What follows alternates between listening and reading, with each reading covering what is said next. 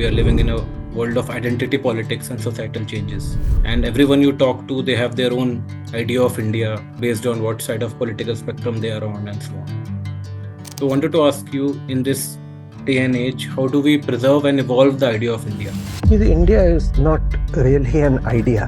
What makes you all call each other brothers and sisters? Well, we all live within 1 kilometer of each other. Hence, we are brothers and sisters. There are so many nations that are founded on this. And why are those people not the same nation? Because they live far away. We can even call them enemies. Does this make any sense? It makes no sense. India was wise enough to realize that anything coming from the human mind is going to be.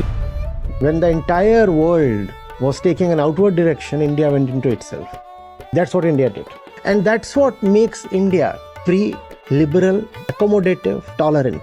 But only as strong and only as vibrant as is the depth of.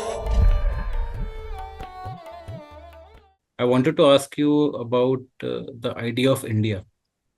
So right now, when we look at news, and anyone who is reasonably aware would know that we are living in a world of identity politics and societal changes. And everyone you talk to, they have their own idea of India based on what side of political spectrum they are on and so on. So I wanted to ask you, in this day and age, how do we preserve and evolve the idea of India and what it is according to you? India is not really an idea. First thing. Ideas are things of the ego. Ideas are things of desire and imagination. Behind every idea is an ideator, and the ideator is looking to get something for himself via the idea. That's not what India is. Nation. We talk of the Indian nation. What is a nation? First thing. Basics, fundamentals. What is a nation? A nation is a set of people. It could be a very large set of people. It could be 1 billion people. It could be 5 billion people. The number doesn't matter. It's a set of people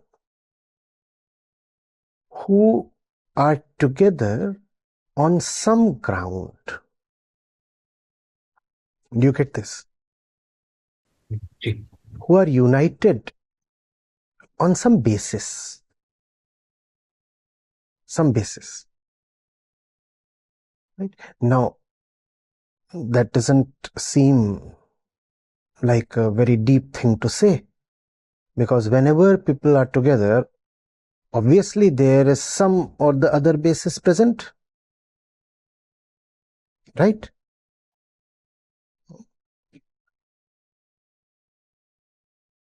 That basis is the basis of nationhood. And just as all the reasons that bring people together are not of the same quality, similarly, the foundations of all nations are not equally deep.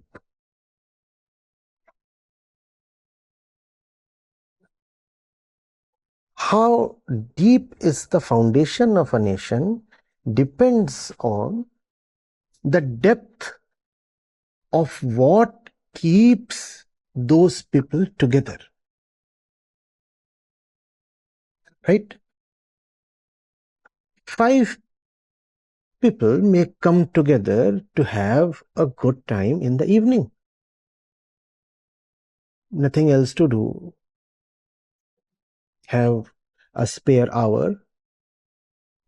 Let's just go out and gossip. And that's what is keeping them together at this hour.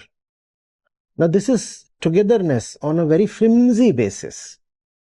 No? A basis is indeed present, but the basis has no depth. These five people have come together due to some little shallow reason. This togetherness will bring no goodness to these five or to the others. Right? Similarly, nations have their basis. After all that you need is a set of people, a community where people identify with each other, right? They say we are one, we are together, we have something in common. I'm more like this one than that one. I identify with this one. Now, what is the basis of that identification? Why do these people think of each other as brothers and sisters or members of one community? That's the question to be asked. And that's a very, very important question. Because, mind you, we have seen,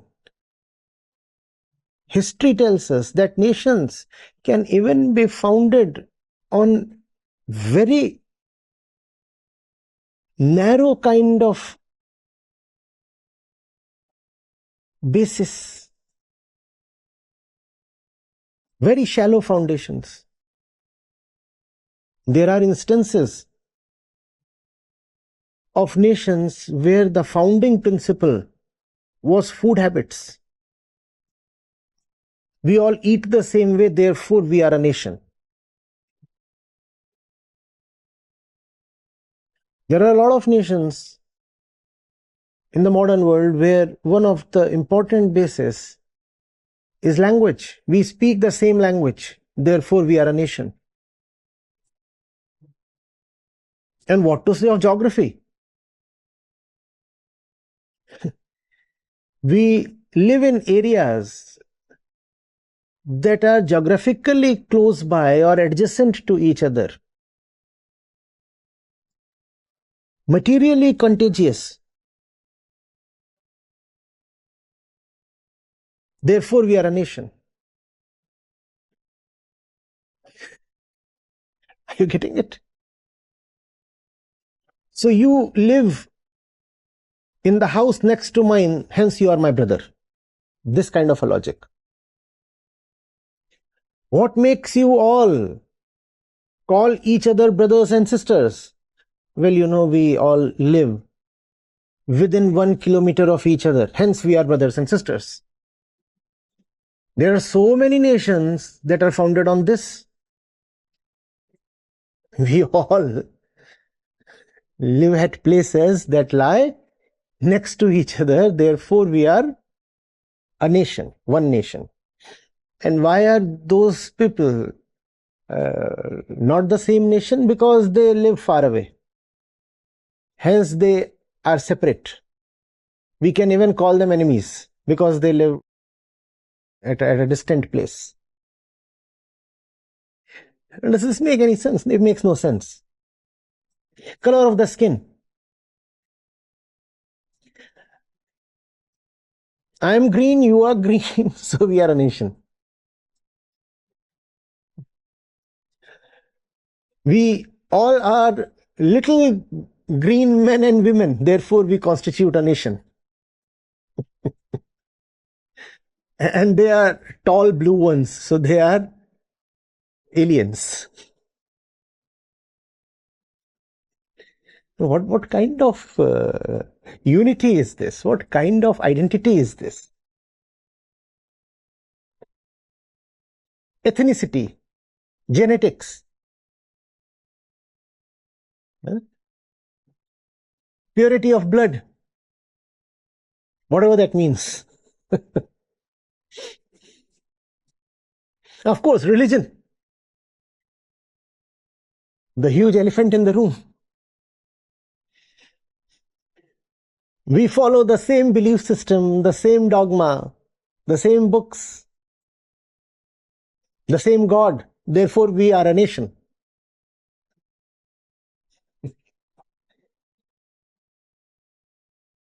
Are you getting it? So mostly nations are founded on such things. We follow the same tradition, hence we are a nation. You look at the seven of us, we believe in the same superstitions, therefore we are a nation.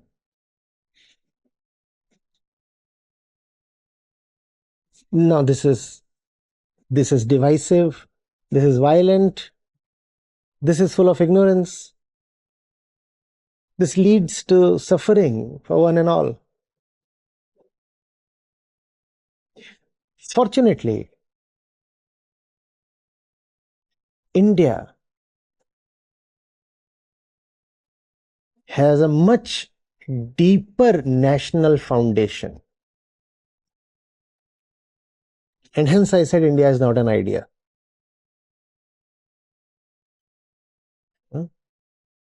What is the foundation?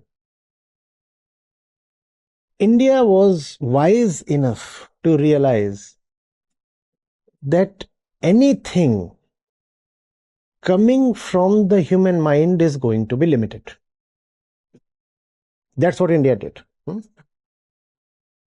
Went into itself. When the entire world was taking an outward direction, India went into itself. And going within it, realized the limits within, the pettiness within, the constraints within, the darkness within, the ideator within, the one who keeps coming up with these smart ideas. How stupid is that ideator? You realize only when you develop the courage to look at yourself. So India said, two people coming together on the basis of an idea or thought or principle can never be a truly great thing. I believe in something, you too believe in something, we share thoughts. So we come together and we call ourselves a nation. That can never be a good thing. Now, once you say that, all possible principles that could become the foundation of Indian nationhood, they go out of the window. Because everything is mental. And what is coming from the mind would be little and divisive. I'm saying India saw that. So what did India then put above all nationalistic principles? India said, ruthless inquiry into the self. We will not stand for a principle. We will stand for a detached investigation into all principles. We will not stand for a dogma. We will stand for freedom from all dogmas. We will not stand for a particular idea. We will stand for examination of all possible ideas. We will not stand for anything under the sun. We will stand for liberation from everything under the sun.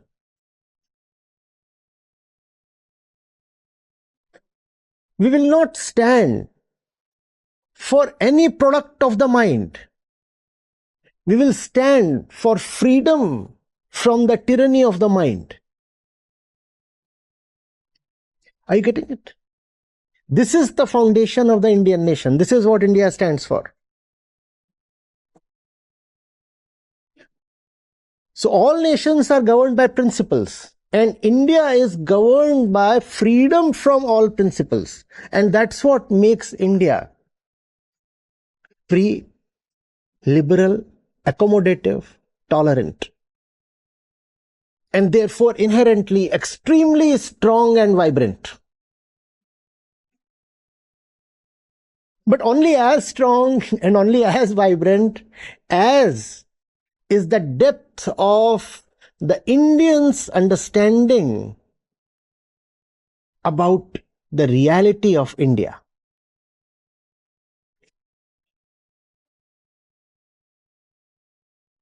What I'm talking of is, in some sense, a utopia. You go to most people and they will say, this is this particular ideal that governs India, or these principles that are at the foundation of India. No, no, no. India is an ever existing quest to rise higher, never stopping at any principle. Yes, this movement, some principle might look good. Socialism looks good. But I'm not stopping here. I'm not turning it into a dogma. I'm not turning it into a belief system. I'll keep striving for something yet higher. That is India. The upward glance. The innocent child looking at the sky.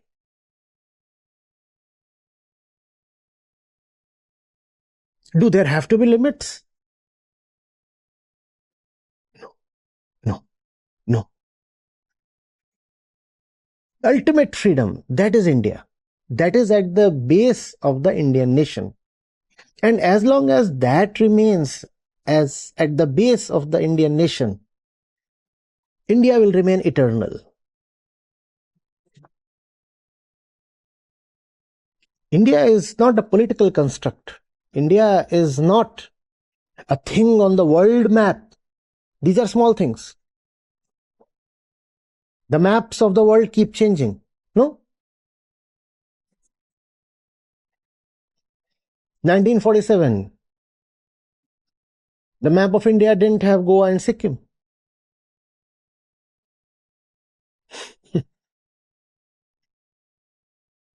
Pre-1947, British India included Peshawar and Dhaka. And there have been times when even Kabul and Southeast Asia and Burma, politically, they were integrated into India. All that is the flow of time. India stands for the timeless.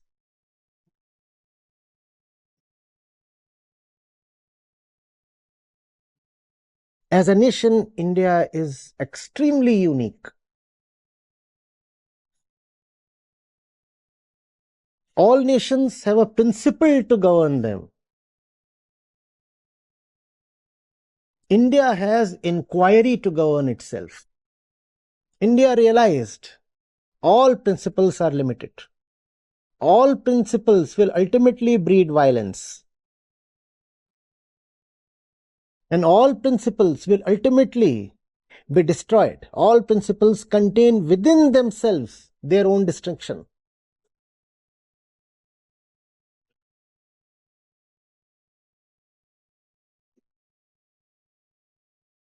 The typical dialectics, you have a principle and some opposing principle will come up. And then you will have something else. And if you are invested too heavily in the principle, you will have heartbreak and you will suffer.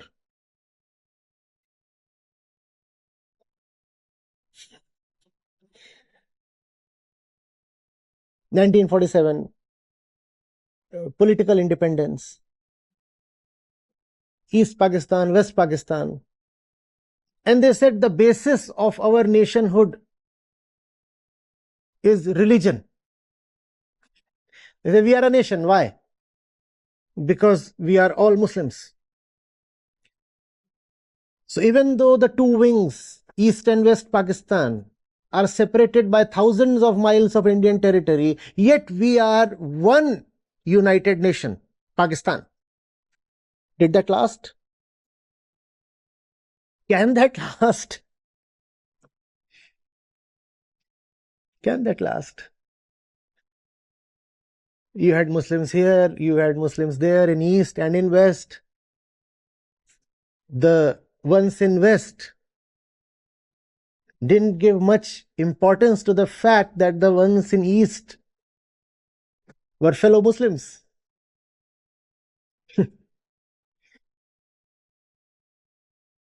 When elections were held for the Central Assembly, the Parliament, the Pakistani Parliament,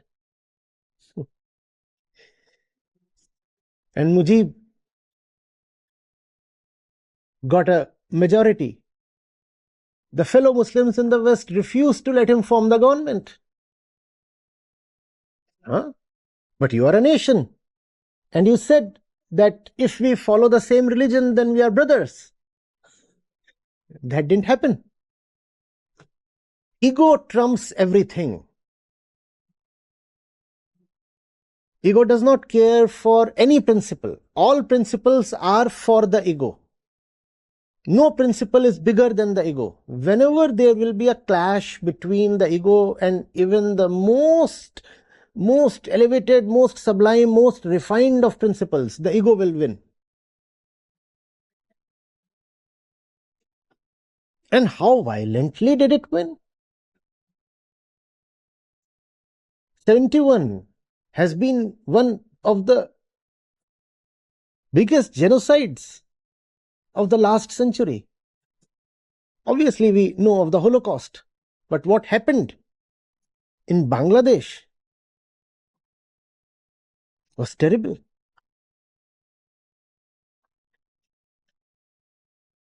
It's not just that the Hindus there were butchered. Muslims were slaughtering Muslims. That kind of basis of nationhood does not hold. We are a nation because we are one religion. That's what Jinnah came up with, no? Hindus and Muslims are two nations. No, sir.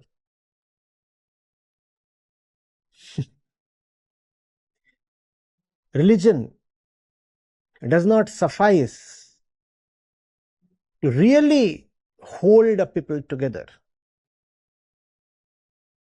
People can live truly together only when they are united by the truth, an unwavering commitment to the truth. And that's what India stands for. That's what India at least should stand for. An unwavering commitment to the truth. Not to fanaticism. Not to hooliganism. Not to some nationalistic idea, but to the truth itself. And to a great extent, India has successfully done that over the centuries. And that's why even when we did not politically exist as a state, yet we always existed as a nation. Isn't that beautiful? They could come and take political control of our territory. That's fine. We fought back.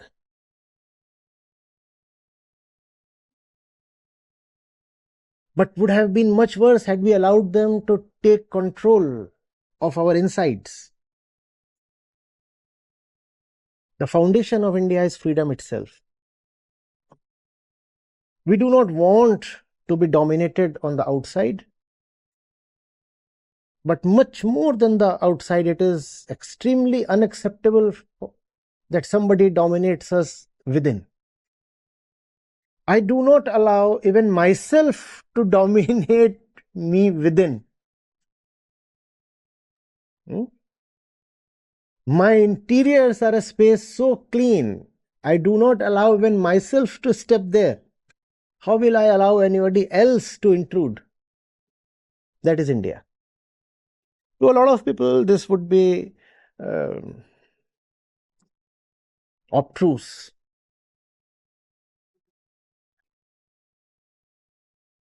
They'll say this is all just too abstract. It is not abstract. You must understand this. If you want to truly call yourself Indian,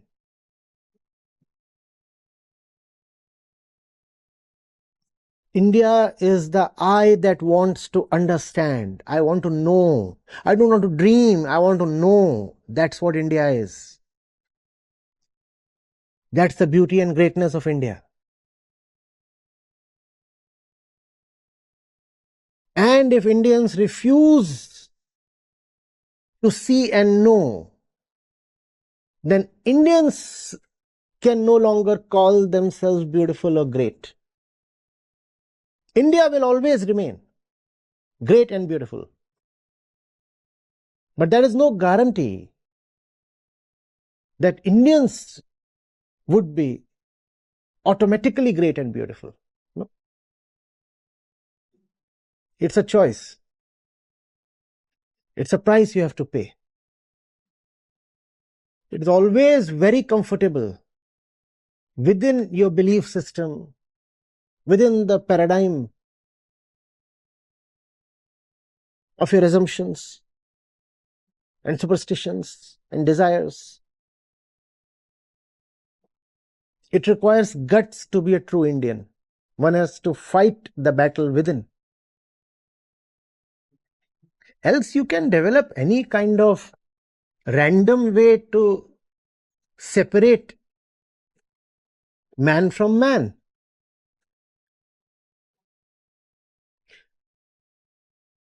You have lived in campus hostel, haven't you? Yeah, two campus Two hostels. campus hostels. So have I. Now you enter the campus as a fresher and you are allotted a particular hostel. And the allotment is often quite random. It depends on your entry number or your rank or some other random criteria. Maybe the letter your name begins with. Some criteria, and you are allotted a particular hostel. And then you are supposed to be loyal to the hostel and you are supposed to fight the other hostels down. What kind of basis of unity is this? Random, so random. And you are supposed to commit your energies to this. And you are supposed to really take the other hostels as your enemy.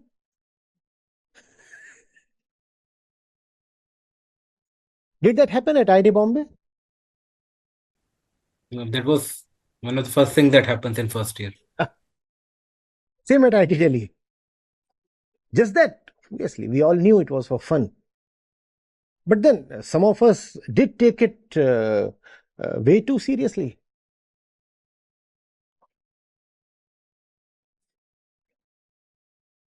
And you are a kind of traitor if you didn't participate in inter-hostel wars. There were instances in which people were actually beaten up.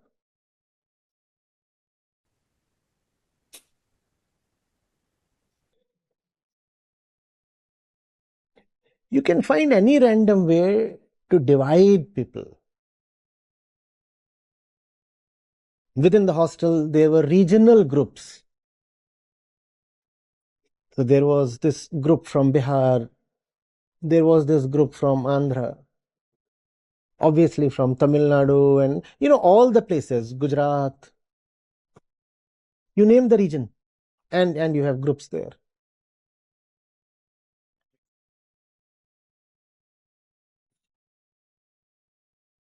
You didn't even have to have an entire state. We had a Lucknow gang.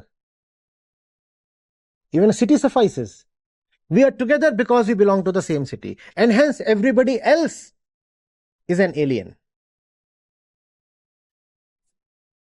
Let's be divided. The ego is always looking to create boundaries. Only within boundaries can the ego survive. Now, there is a kind of nationalism that deepens those boundaries. And there is a kind of nationalism that destroys boundaries. India stands for the latter. Are you getting it? Just because you are born on Indian territory, the subtle fact is that you do not qualify to be called a real Indian. Obviously, technically, you will be an Indian. You will hold the Indian passport, and the entire world would call you an Indian.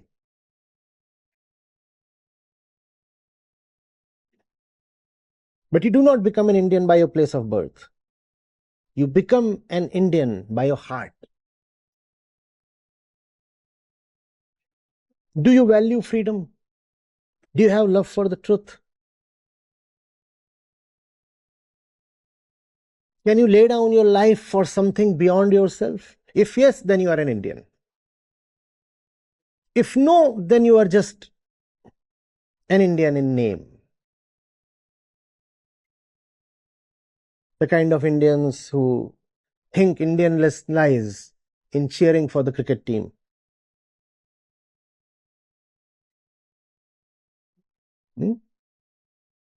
Or beating other people down, or berating other countries.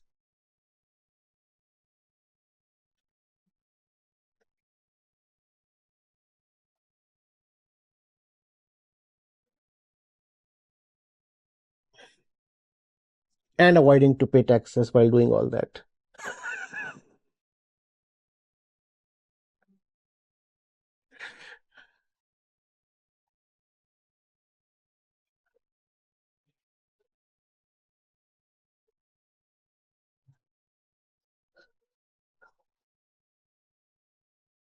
India is a spirit.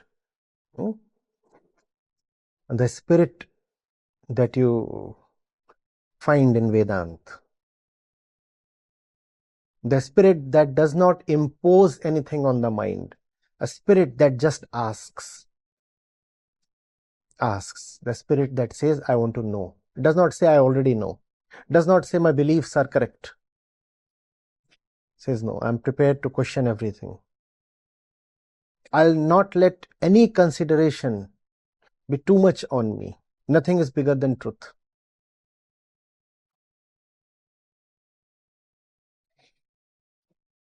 And that's why you see India knows love. Because true love can only be towards the truth. All else is just attraction born of desire. Because India respected, and I hope it still does, the truth. Hence, India has known love. A love beyond territory. A love beyond ethnicity. A love beyond materiality.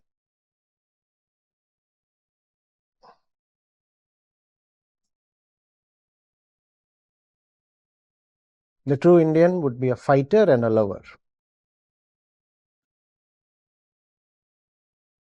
He fights what is untrue because he loves the truth.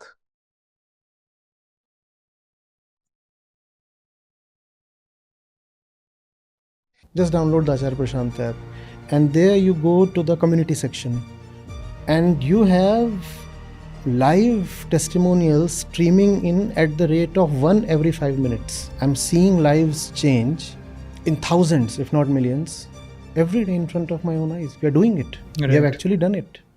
Join the community of more than 2 lakh participants on the Acharya Prashant app. Your first month is completely free. You'll get full access to Gita Mission. On the app, you will get regular live sessions, daily exclusive conversations with Acharya Prashant, access to the vibrant Gita community, wisdom exams, curated news, audiobooks, quotes, and much more. Search Acharya Prashant on Google Play Store or Apple App Store and download now.